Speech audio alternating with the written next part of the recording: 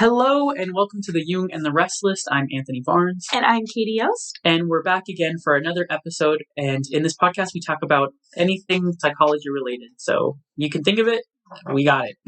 Today we have a special guest with us, Rachelle Kreger.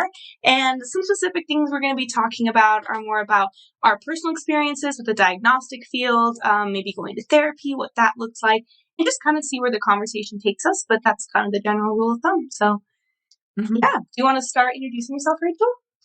Yeah. My pronouns are they, them, and a little bit about myself.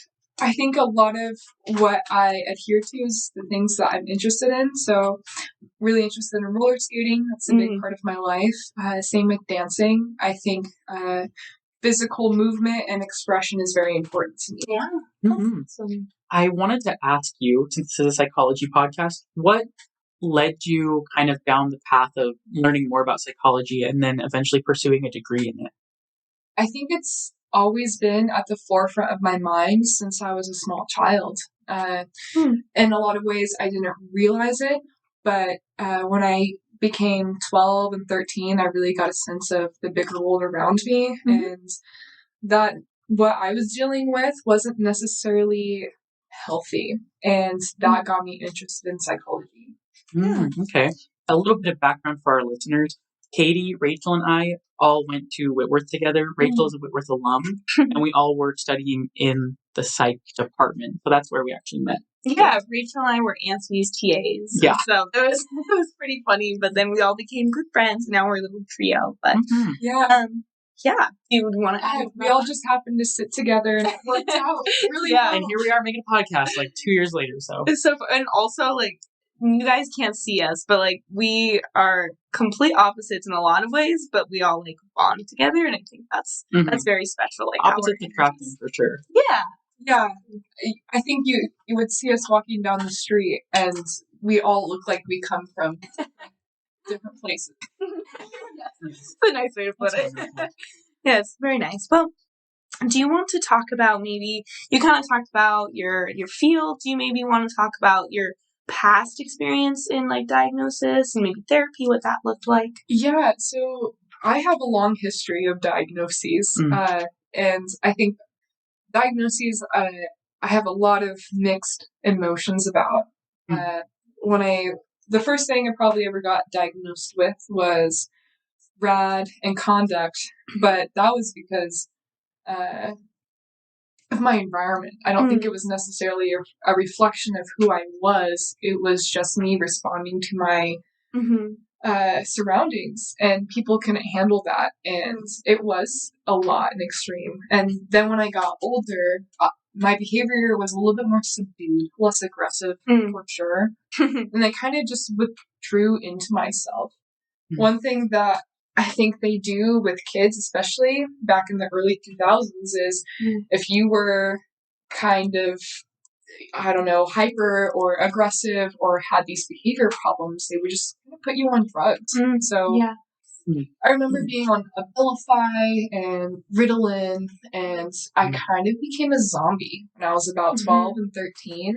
Especially with your body changing at that amount of time, like with puberty, just putting a whole bunch of meds in it is like I'm not against like the use of medication. I personally am medicated, but like I feel like you don't really know what's going on and what's being put into you at that age.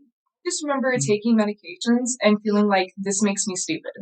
Like I felt like when I was off my medication, I could actually think clearly, but I also had these really big emotions that I couldn't take care of. And that was the issue with the adults trying to take care of me, is my emotions were completely out of control.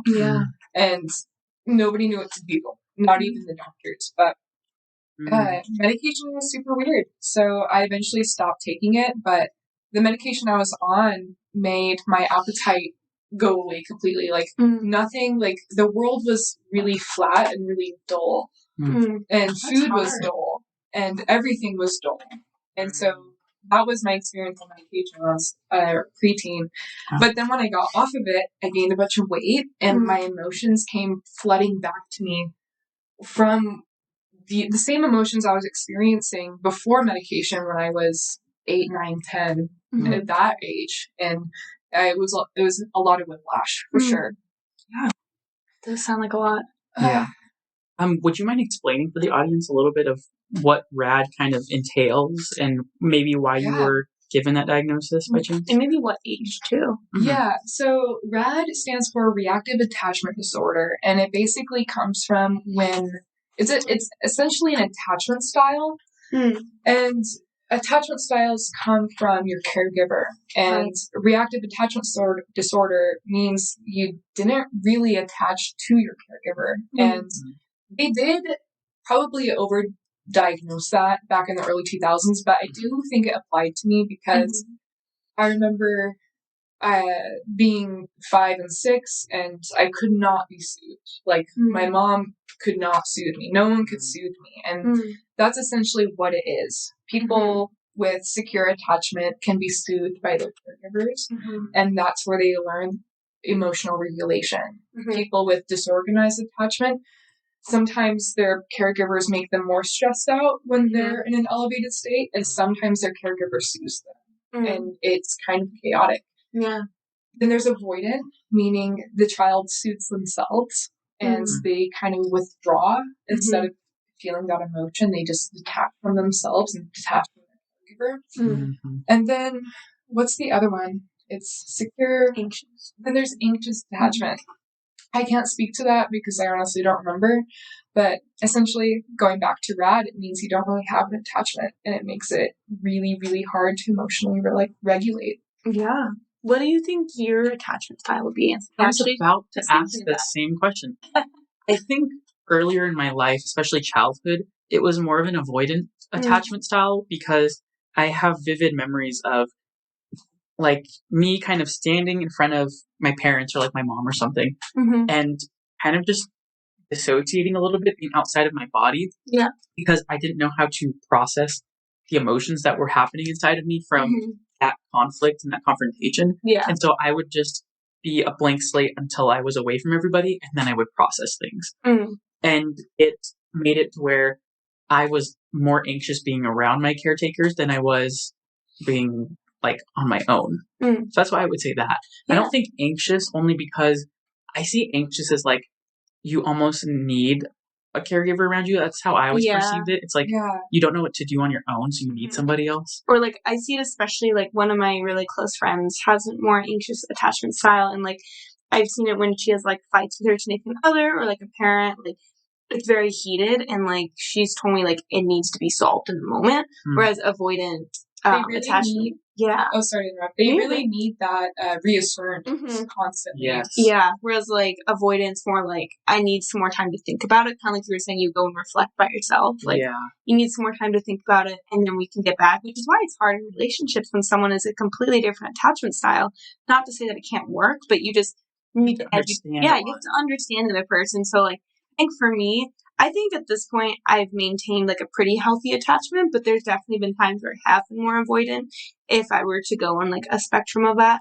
And like even now, like times of conflict, like I need to have my space alone. And like even if it's in the heat of it, like otherwise I'll just shut down completely and I'll just like sit there and just be like, okay.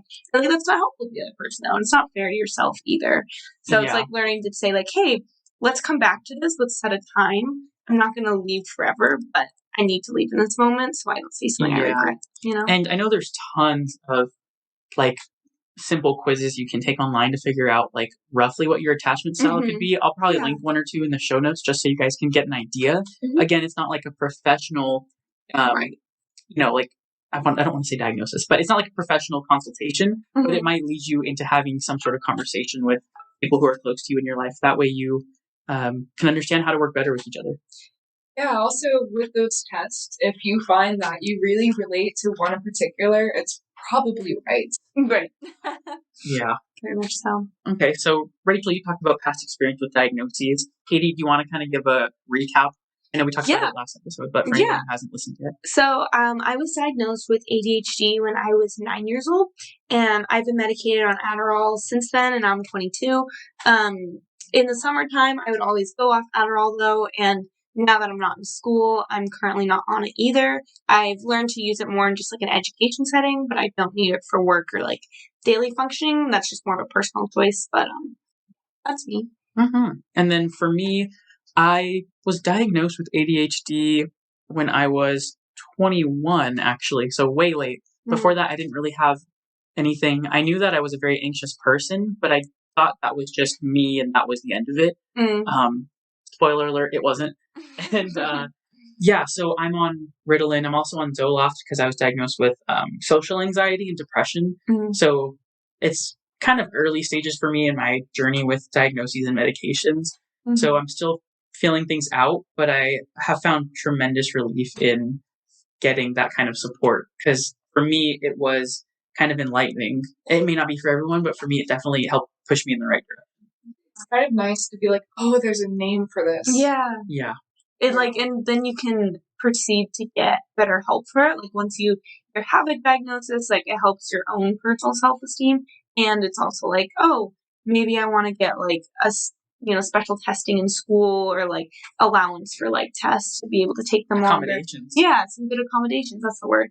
And then it just allows you to do that. Whereas before it's like you might have this label, but if there's no like name given to it, then you can't get the help you need, which sucks. That's that way. It helps to separate to be like, this is my anxiety versus this is who I am. Right. That helps a lot. Yeah. I think something I consider a lot for someone who is thinking about going and getting professional help is whether or not you experience like these toxic patterns of behavior where you have circular kind of outcomes with something where you have a triggering event and it spirals you down like depression or anxiety or these really bad habits, like maybe you're overspending or excessive drinking or binging or something like that. And then you get back to square one and you're like, I'm back where I started and I don't know what to do. Because for me, it was like, especially with the anxiety, it was always just battling the same thing over and over without any relief. And at that point, I knew like, I cannot do this anymore because I'm just stuck. So for me, that was the right choice. And I would say for anyone who's considering like whether or not they're in a rut, I think if you're willing, professional help can be a really insightful thing. Yeah. I think like for me personally, what that looked like, it was like, I felt like I wasn't adequate enough for others for like anything, like especially like in the workplace environment. And I just like, I found it more in school because that's when I was diagnosed, but I could very notably notice the difference between me and other students who did not have ADHD. And I just constantly felt like I was too much or too loud. And that's when I was like, and then when I got older, eventually, like those feelings came back and inferiority feelings. And I was like, oh, that's when I knew I was like, I need to go get professional help for this specifically. And like, that'll just help with my mental health. I think something I've seen a lot though, that like, if you're thinking of seeking professional help, I think a lot of people, or not a lot, but some people like, have you ever met someone that like, they're constantly like, oh, I've lost a whole bunch of friends, but like, it's always their fault. Like I had beef with them and then or something. Or like they have a lot of friendship breakups, but it seems to be like a very unique pattern. And at some point you got to ask like, is it them or is it really you? And there's always going to be friendship breakups in your life. But I think I've noticed that a lot in college. Like some people continually have a lot. I think that's when I've noticed like, oh, maybe the problem is you. You don't say that to them, but it's like, maybe that's when you start to realize. Too, like talking to someone. And even if you told them that, it's not like there's going to be a lot of resistance. Because if you tell somebody like, hey, I'm noticing these things, it's more like you have to have a really light conversation around something and just over time help them see what you're seeing. Because more often than not, other people around you notice toxic patterns or things like that better than you would. Yeah. What would you say, Rachel, your advice is for those that are either thinking of seeking help or maybe going into the helping field as counselors, psychiatrists, doctors? I would say those are two different questions. So let's start with the first one. What would I say to people thinking about getting professional help? First, I would say go with what you can afford. And take things with a grain of salt. I know with my experience with counseling, I always put my therapist on a pedestal, thinking that they're holier than thou, and that they're we all have, and that their word is like everything. And now that I'm in that position myself, where I'm counseling other people, I realize like counselors aren't. We're all human. Yeah, they aren't very these human people who know necessarily more than you. They just have this objective perspective with what you bring to counseling. Mm-hmm. And that's what you should seek, is someone who can give you that objective perspective. And I would say try on a few different counselors if that's in your capacity. When I went to counseling, I literally went on Psychology Today, searched up my insurance, and just called down the line because so many people, this was back in 2019, early 2020, and just there was nothing available, and I kind of just had to get what I get and stick with that. But she ended up being a good fit. But I always say, like, finding a therapist is like finding a good pair of shoes. Yeah. You really have to try on a few, and sometimes it's the perfect fit at first, but eventually over time you're getting a new pair of shoes. So yeah. Also, like, if you got counseling as a kid and now you're an adult, try again. Yes. Yes. Because very much agree. My counselors as a kid were not good. I think the early 2000s was a poor time. Yeah. And you're a different person. You're a whole different person now too. Yeah. Yeah. And there's a lot more people entering the counseling field who are more open-minded. Yeah. Also, if you're nervous about going in person or you don't have that ability, you don't have a way to get transportation, there's always online therapy sessions that are available or other online resources. Something I also recommend is, like, get curious about what you're experiencing, maybe learn a little bit more on your own, but don't self-diagnose ever, because that could lead you down a whole different rabbit hole of perceiving the world in a way it's not actually. So just be careful. That's why we recommend professional help if you really want to know more about that stuff. What was the second question? Advice for those maybe going into the helping field, like you are? Advice for those going into the helping field. I would just say, if you have a true passion and want for it, go for it. And try it out before you go to school. I think a lot of people want to help others, but don't necessarily have the capacity for it. And that is the capacity to help others, I think, is something that's learned over time. So I'd recommend starting out in a daycare or something of that nature to see if you even like it before you go and get in debt to go to college. Patience. Oh, yeah. I always say learning to work with kids first, even if you're not going to be a therapist for kids, just helps immensely with, like you said, patience. Like, because no matter how old someone is, you're going to need patience with them. Like, they're going to get on your buttons. So, yeah, I'd say, like, any type of job, like a daycare, babysitting, ministry job that you can work with kids one-on-one, you're going to learn a lot just how to soothe and help someone. And I'm not going to lie, it's not that much different for adults. Last thing I would say to that is, if you have personal experience with anxiety or depression or trauma or what have you, that really helps with the helping field. And I would say, if you are currently in the middle of experiencing that, where your anxiety is bad, or you're working through your trauma, or you're working through your depression, now is not the time to help others. You gotta focus on healing yourself. It's a double-edged sword. It is. You gotta be in a place where you can still work on yourself, but you're not enmeshed in what you're dealing with. I had a conversation with the professor once who was telling me that you need to kind of face your own demons first before you can help someone else face theirs. Because if not, you just start to get intertwined with things and it becomes very muddled, and you can't help as much as you could if you had worked through it before and understand their position. Every therapist needs either to go to therapy beforehand and to go to therapy while. So. I wouldn't want a therapist who hasn't done the hard work. And I wouldn't want them to ask me to do things they haven't at least tried. Right. Well, we always do 2 fun questions for any time we have a guest. And since you're our first guest, this will be the first time. The first, do you want to just state what your current job is, since you are in the helping field, and what's your favorite part of that? Right now, I'm considered a mental health engagement specialist. That's just a fancy name for a counselor. I'm a bachelor's level clinician. People see me to help with daily functioning, coping skills, and I can provide aspects of therapy. My favorite part about it is watching people grow over time. Even if people come and see me as their counselor and we don't really talk about anything, or they aren't really ready to go there, but they're still experiencing these symptoms, I see even just showing up for themselves week by week by week, they get better. Yeah, that's really beautifully put. I like that. And this last one is just kind of more like funny, but what is your favorite smell?